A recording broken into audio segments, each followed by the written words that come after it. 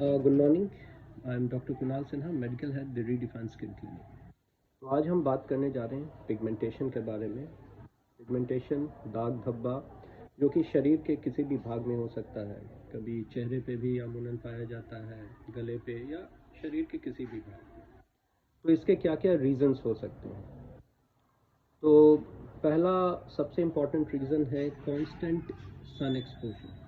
अगर आप को लंबे समय तक सन एक्सपोजर हो रहा है जिसका और आप उसका प्रॉपर सन प्रोटेक्शन नहीं ले रहे हैं, सनस्क्रीन यूज़ नहीं कर रहे हैं, या बगैर छाता के लंबे समय तक धूप में अगर आप ट्रैवल करते हैं, तो एक समय के बाद आपको पिगमेंटेशन डेवलप करने के चांसेस हैं।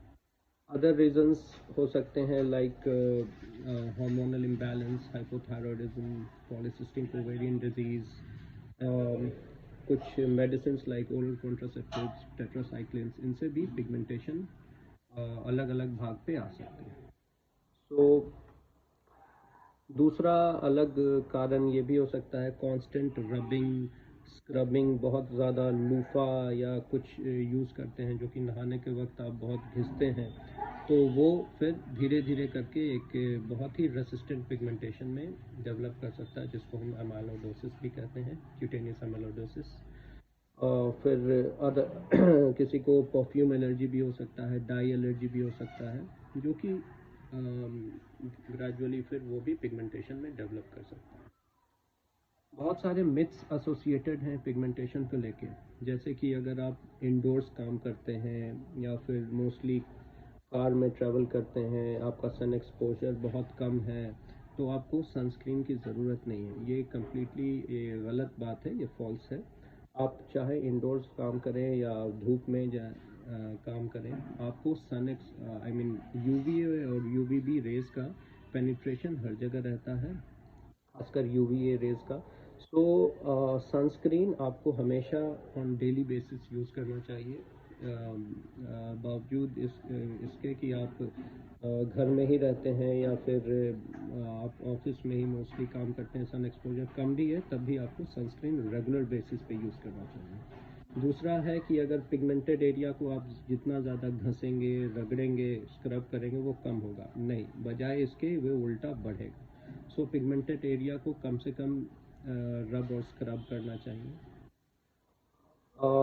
इसमें क्या क्या फैक्टर्स हो सकते हैं, जैसे स्मोकिंग एक अनदर फैक्टर है जो कि पिगमेंटेशन को इंक्रीज करता है, और प्रॉपर सन प्रोटेक्शन नहीं लेना, ये भी एक मेजर रीज़न है जो कि इस पिगमेंटेशन आने के बाद उसको फर्दर इंक्रीज कर सकता है।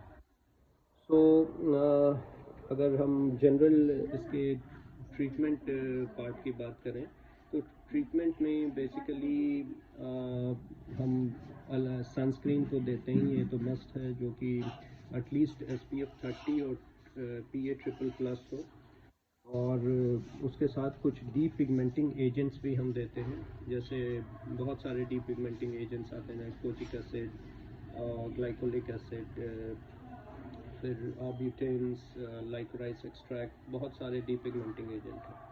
अदर देन दैट कुछ प्रोसीजर्स होते हैं जो कि कभी कभी काफ़ी ज़्यादा हेल्पफुल होते हैं, लाइक केमिकल पीलिंग। इसमें कुछ alpha hydroxy and beta hydroxy acids के पील्स होते हैं, लाइक ग्लाइकोलिक पील, सैलिसिलिक पील, मैंडेलिक पील, अलग अलग पील होते हैं अलग अलग कंडीशंस के लिए, जिसको हम एक 4 वीक्स के इंटरवल पे यूज़ करते हैं पिगमेंटेड एरिया पे। तो उससे भी रिज़ल्ट कुछ टाइम के बाद, एटलीस्ट 4 और 5 सेशन के बाद अच्छा रिज़ल्ट देखने को मिलता है। सेकेंडरी एक दूसरा ट्रीटमेंट हुआ आपका लेज़र्स हुआ।